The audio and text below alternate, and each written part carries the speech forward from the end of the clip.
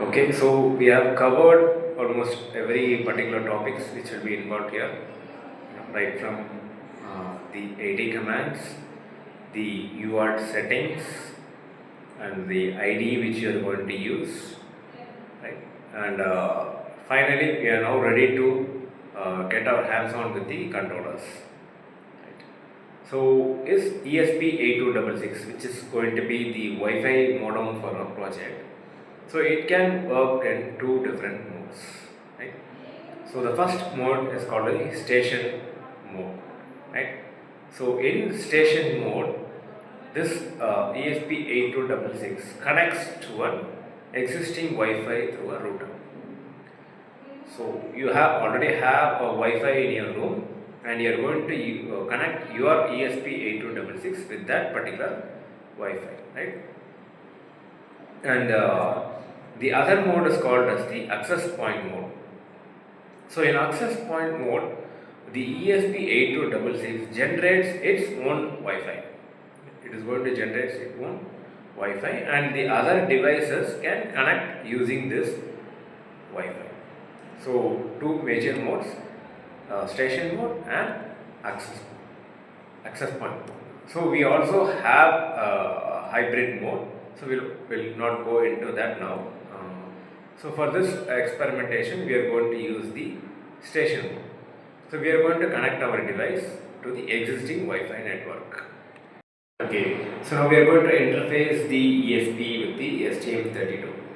So here there are a few more steps to ensure that your hardware is, hardware connections are perfect. The first thing to ensure is whether you have a stable 3.3 regulated power supply. If you don't have that, it is better to use a voltage divider. Even if you are supplying it from a 5 volt another microcontroller, it is best to use a voltage divider. Or obviously, if you have an exact adapter for this, then it will be that will be the ideal condition to work with. And then the UART connection.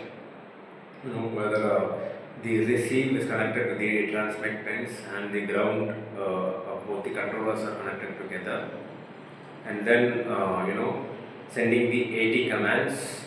So obviously the first step is going to be just sending AT command, checking whether the controller is responding with OK.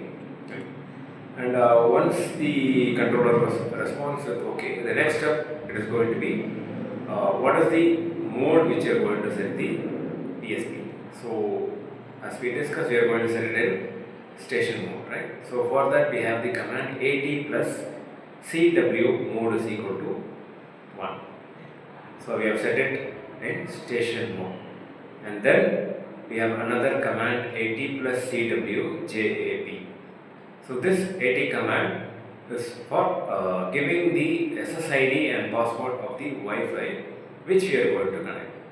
Right. So after this AT plus CW JAP, we have it will give equal to and enter the SSID plus the password.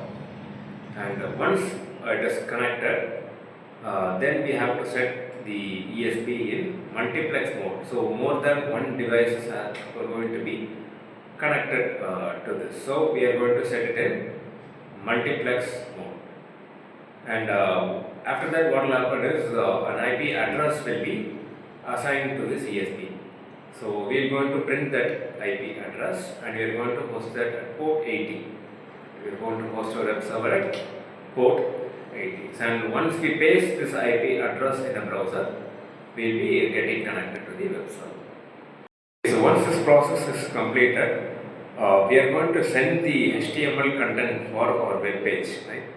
So that HTML content is sent from the STM32 as a string via UART. Right? So through UART, your HTML content is going to the ESP8266. And once the ESP8266 receives this, that particular modem will act as a web server. So that web server will respond to any browser which requests this. Right? So basically, when you paste the IP address in the browser, this HTML content which is transmitted from the STM32 is going to be displayed there. And so what we are going to create is, three different HTML pages. So what is the home page, and which has the title of what we are going to do. So initially we are going to turn on and off an onboard LED. Okay. So this has a button which is configured on and off. So if you click on, the onboard LED is going to get enabled, and simultaneously the page is going to change, the button status is going to change as off, right? And again, if you click the off button, the hardware is going to be activated, and similarly the button state is going to be reverted back to. It's a very basic thing. You can add more number of web pages and more data into it. So this is just to give you an idea of how to host a web server, without directly programming ESP8266, and we're going to use it that just as a Wi-Fi modem. So it need not be an ESP8266. It can be any other Wi-Fi modem. And all these Wi-Fi modems can be controlled using the AT commands. So I think we have covered at least 4 different types of concepts here. The UART serial communication protocol, the AT commands, the different modes of the ESP8266, and the different modes of the UART, and how hardware abstraction layer helps reduce the programming tendencies. So I hope you can try this out, and this video must have given you sufficient information. We'll meet again with some other projects during the next video session. Thank you.